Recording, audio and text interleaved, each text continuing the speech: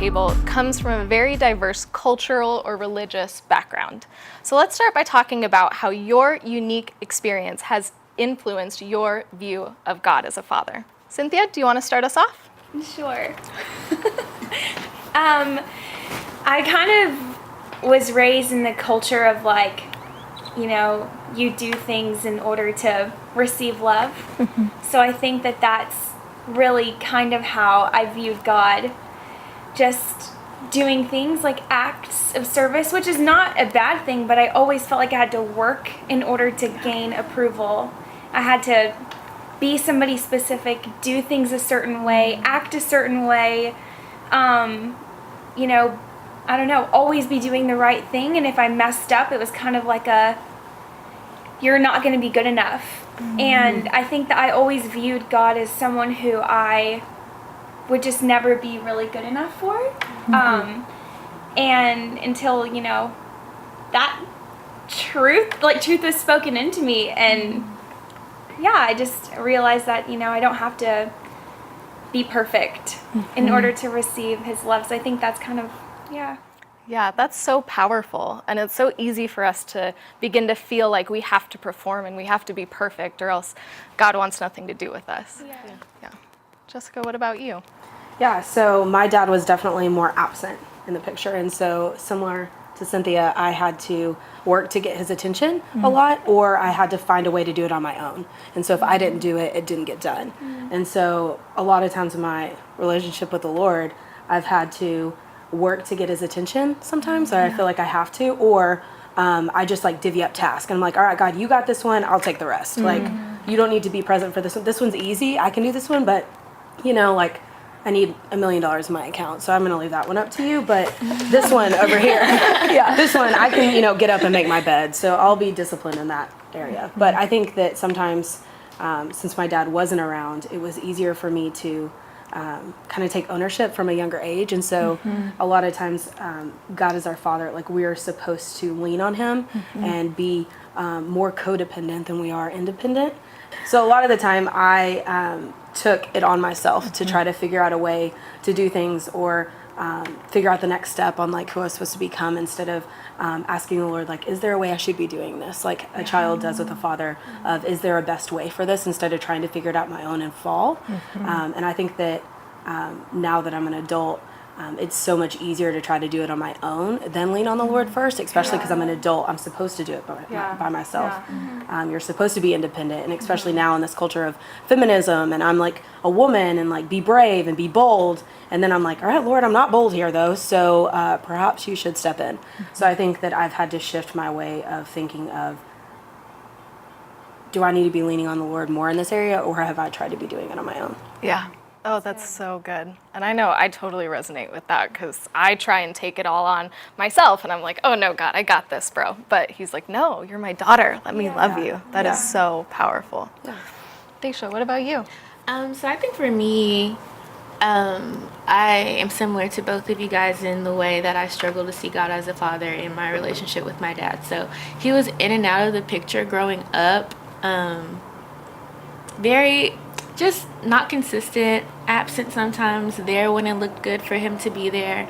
So I grew up with an abusive dad in many instances, where he would put his hands on me, or he would cuss me out and call me out of my name whenever he was upset with the situation. So I think, I don't know, just being in process of trying to understand like the character of God, it's hard for me to not see him as a punisher or someone who just wants to dish out consequences. And then also kind of being the trophy daughter for my dad, also feeling like I just have to strive all the time and accomplish all these things for him to show up, and for him to be proud. So I'm really in the process of just understanding that, like, I don't have to work for God's love. That's good. And that when I do mess up, like, he's not out to get me. He's not out to punish me. He's still there with like open and loving arms. And so since I didn't have that relationship with my dad, or that example from my dad, it's just kind of hard to, you know, like be comfortable with how to operate in God's love as a father. So still figuring that one out. Yeah, and it's beautiful to watch him love you and watch you on this process as he's been restoring you and healing you. And I'm so excited for you. He loves you so much. And so a lot of our stories are kind of similar. Some of us, our fathers were absent or they were abusive. And we are known as the fatherless generation. A lot of people who are our age grew up without a dad. So how has this fatherlessness affected how people see God as a whole? Whether that's your story or you've seen some common themes or struggles through other people's lives, how have you seen that fatherlessness show up in regards to God? Anybody?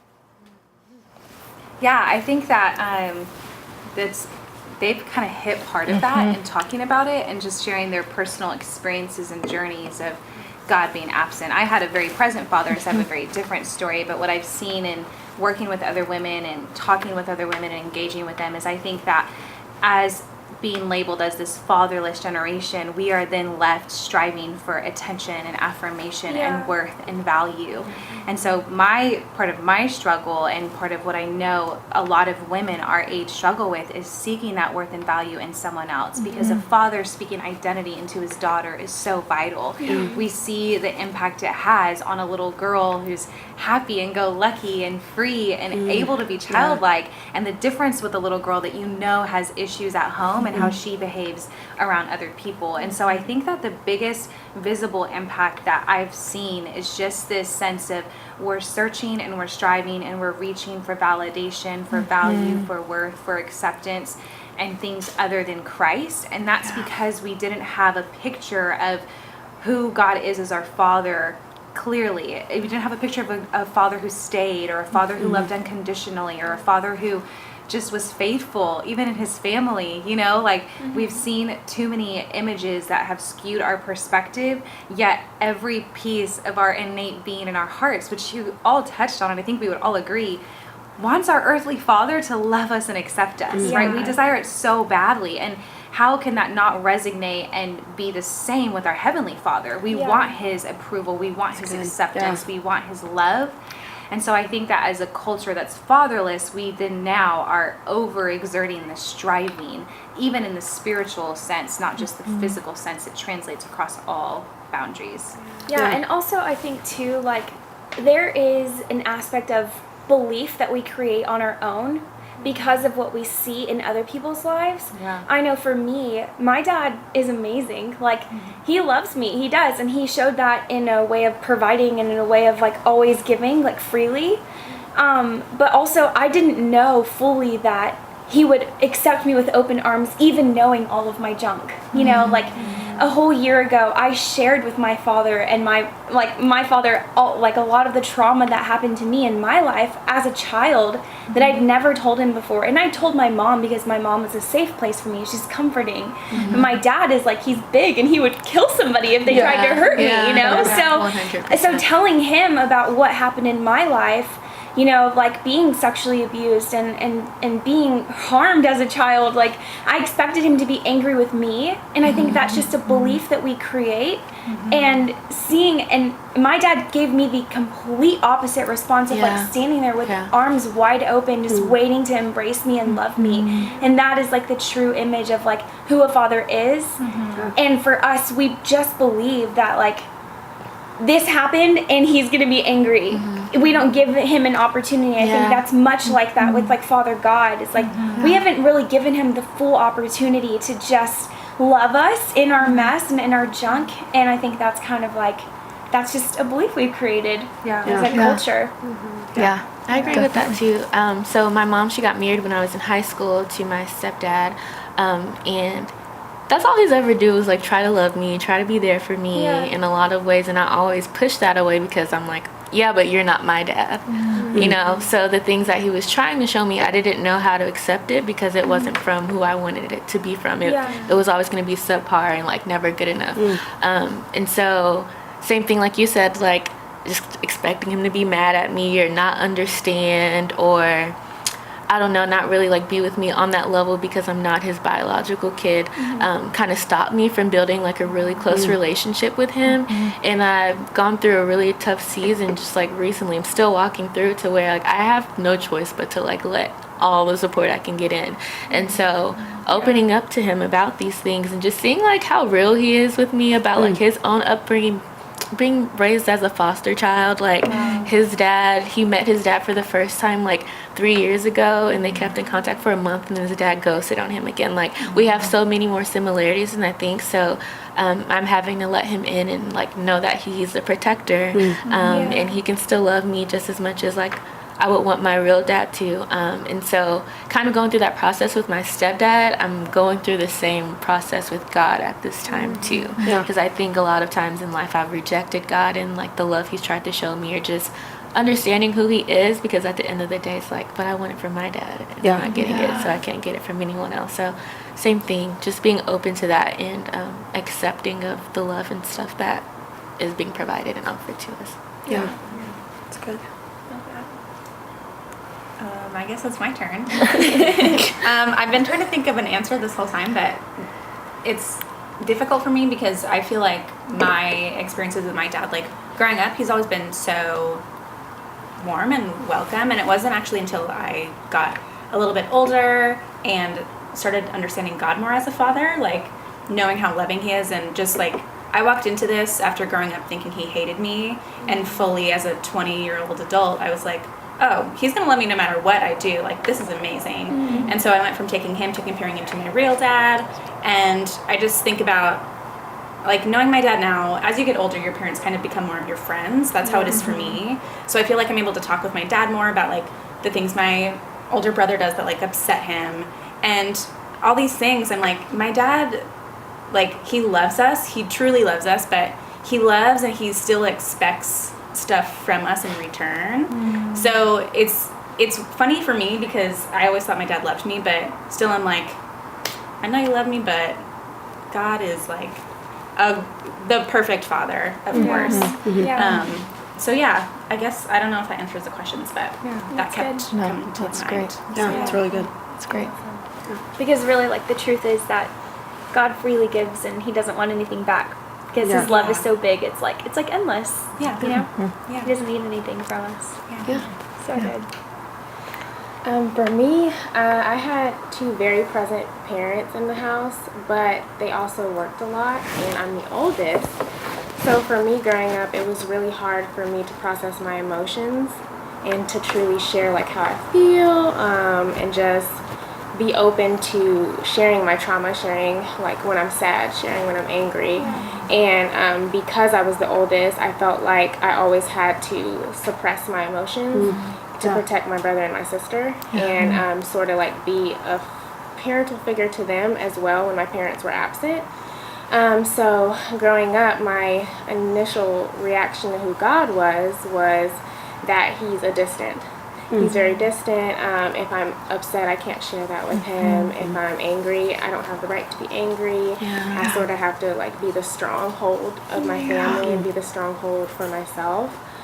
So I think what I'm walking with God with right now, even still, is learning to trust him with everything. Learning that when things go wrong, that doesn't mean that he's gone or that he's not near to me, but he is still a present father and he's still pursuing me, even when I want to run away. Yeah, it's good. That is so powerful. Yeah. And it's so true. I mean, it's so easy for us to begin to believe these lies about God, like he's not present or he's angry with us or we have to do all the work, but that's simply not true. So what are some of those, and we've already touched on this a little bit, but what are some of the lies that you're currently believing about God? And then what is that truth that you're using to replace that lie? So like, for example, I tend to believe that, like you said, I can do it all on my own. And I believe that God expects me to do it all because I can handle it. But it's not true. So I have to constantly stop myself and be like, okay, am I relying on God? And actually walking that out every day. So what are the lies that you're believing and what is the truth that you're replacing with that? Because God is a father. I feel like you just kind of hit the nail on the head for me. Like, what you just said is kind of reflecting, okay, who am I relying on here? I've literally never done that. And so I was like, oh, dang. I probably rely on myself, like, every day, all day, even though I'm, like, God, you're doing great. But I'm like, I'm probably the one who's like, I'm going to go to the grocery store and eat all these snacks even though I shouldn't. Like, I know it's like very simple, but to me, I'm like, oh, I've literally never thought about that. So for me, I'm like, that's my answer, and I need to do that. Yeah, it's so good. I'm just like in the driver's seat, like God's in the back seat. He's like, but I have my headphones on, and he's like trying to talk to me, and I'm just like driving. And he's like, I have to go to the bathroom, and I'm like, not. So yeah, that's my reality right now. It would be interesting to know if God or Jesus goes to the bathroom. I've honestly never really thought about that, but do we take bathroom breaks in heaven? We'll find out. Guess we'll find out. We're all wondering. I think for me right now, it's a big part of, I'm about to be 30 this year, and I think that a lot of, and I just had my 10-year reunion, and so it's all these things of this person I thought I would be right now and the person I actually am, and presenting that to the Lord and knowing where I feel defeated or where I feel like I didn't meet expectations, ones that I thought that he had placed on me, and then realizing that they're actually ones I placed on myself and they were actually never from the Lord. And I think it's very similar, like him as my father, and he gave me this picture of, I didn't have a childhood where it was like warm and fuzzy and like run around. I hid from cars driving down the street. It was not entertaining. But this picture the Lord gave me was me in this very, very pink, obnoxious dress, running in a field of sunflowers. It was a lot of color. I guess that says a lot about me. Yeah, not surprised. Very. But I was spinning around, and like my hair was everywhere, and I was just so free and so happy. And the Lord spoke very clearly to me that I have never just let myself be and let myself like receive. And I've honestly, very similar to you, like I was the oldest. I had to take care of everything, and I made sure everything was okay for everyone else. And over the last couple of years, a lot of things have happened that have forced me to take care of myself first. And so now the lie that I'm believing is that since I did fall over the last couple of years and I didn't meet quote unquote expectation, that I'm not going to get that immeasurably more that I could ask or imagine. That God doesn't still have that in store for me because I messed up. And I think that I've spoken to a lot of girls for a lot of years and told them that you know, there's nothing you can do to fall short of the love of God. And now I'm at a point where I'm like, Jessica, there's nothing you can do to fall short of the love of God. And so that's kind of the truth that I'm walking through, to make sure that I truly, because if I don't believe that the Lord wants immeasurably more for me, how can I witness that to other people? If I'm actually not choosing to intake that myself. So. Yeah. And I think like for me too, mine might be kind of opposite, where I'm not sure that I'm believing a lie about God. I think that mine is like trusting myself and my like physical body to catch up to what he's doing in my life. Because a lot of times I feel like my spirit is running a lot faster than my flesh. And so I've had to trust him that like I am a finished work. I've had to like believe the lie, like I've been believing the lie that like I might need more. There might still be more stuff. Like I might not be completely finished, but the truth is that I am a finished work of the cross, and there's nothing else I need to do. There's nothing else I need to give. So I think it's more me trusting myself to believe that he has given me everything. And I am fully free and like fully able, and I do have all of the tools, you know, and like for my flesh to catch up to my spirit, and just continuing to surrender my flesh to him daily. I think that's kind of where my struggle is, with like believing that he is for me fully, because I don't really trust myself. So It's good. I would say a lie that I'm definitely believing right now would be that God doesn't have a purpose for me. It's something that I've been struggling with over like the last maybe 3 years of my life, and I guess maybe that stems from I've been dealing with like a lot of trials and like different health issues and things with my family, and I just have felt like my entire life I've been like serving others, and I've been like pretty much burning out to like serve other people, but I don't know if there's anything individually for me. So the truth I've been trying to replace that with is that just because my life doesn't look like what I want it to be right now.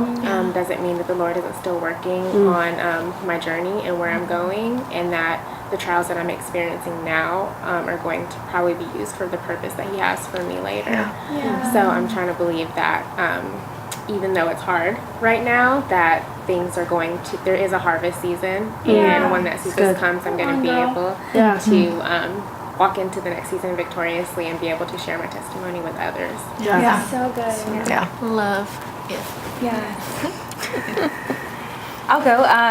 Man, I think that the main thing that I'm believing that is untrue about God and His character right now in this season is that when we started this ministry in the beginning, and when I really like devoted my life to the Lord, He was so near, and we all maybe have had seasons like that where God is like, you can feel His breath on you, and He's speaking to you so clearly, and He's giving like direction, and you just know like He's with you, and He's consistently there. And as I've matured, it's like he trusts you more, right? So when He trusts you more as a father does, He's not going to need to breathe down your neck as much. Like He's trusting what He's put within you. He's trusting that you're trusting the Holy Spirit within you, that you're trusting the things that He's given you, and that you're going to use them well, like the talents. Like you're going to go back and you're going to come back and say, I've done a well job and I've produced these things. And the lie that I believe is that I'm missing it, that like I'm just failing like radically. Like the lie that I that keeps me up at night is like I'm making the wrong decisions for the ministry, or I'm like going the wrong direction in my life, or like I've made a mistake. I'm constantly feeling the fear and the anxiety that like I am making a mistake in my life. And being 30 as well, I'm like, you ain't got time for that. You gotta get it together. No more mistakes, you know?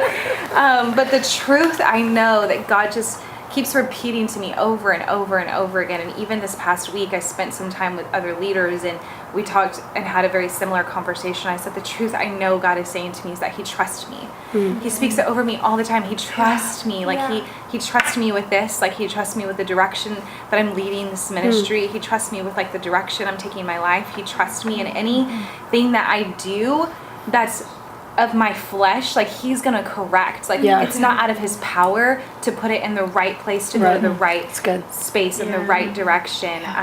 But I think it's just our human nature of like, I'm not surrendering. That's all it is. I want control. I'm a control freak, you know? So it goes back to my desire to control and to know that if this plus this is going to equal this, and I want to know the end game before the beginning. But this is a long game that we're playing. We're playing long ball, and we have to trust the Lord in this journey individually. And so, man, it's a daily struggle.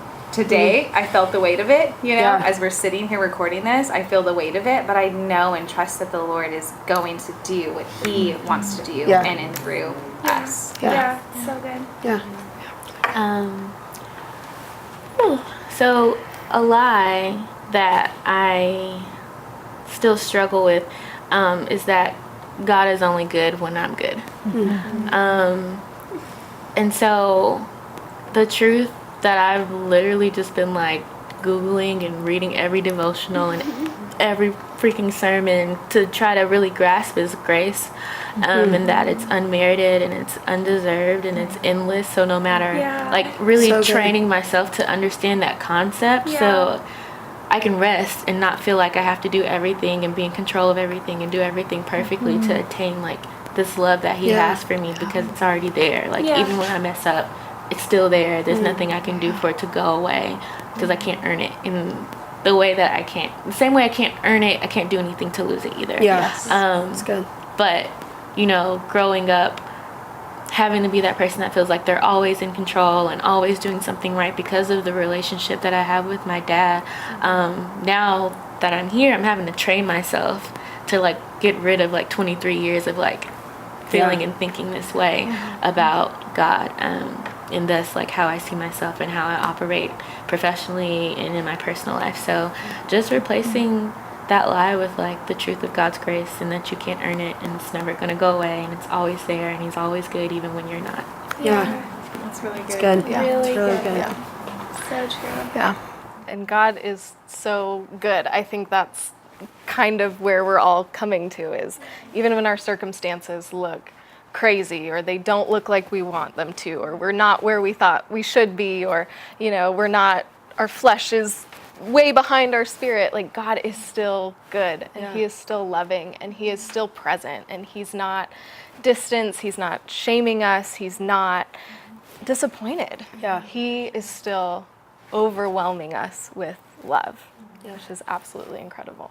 So thank you so much, guys, for being here and engaging with this conversation with us. And I just encourage everybody who's watching, if you guys find a group of friends like this and just have this kind of dialogue. Ask yourself, how is my culture, how is my experience, how is what I've been through influenced how I view God? And then identify if you have a lie that you're believing about him. Do you believe that he is distant? Do you believe he's mad at you? Do you believe he expects perfection? Whatever it is. And then find a way to replace that with truth. Because the truth is that he loves you and he is passionately pursuing you. So we are Unveiled, and we love you guys. Thank you for watching. See you guys later. Bye, y'all. Bye.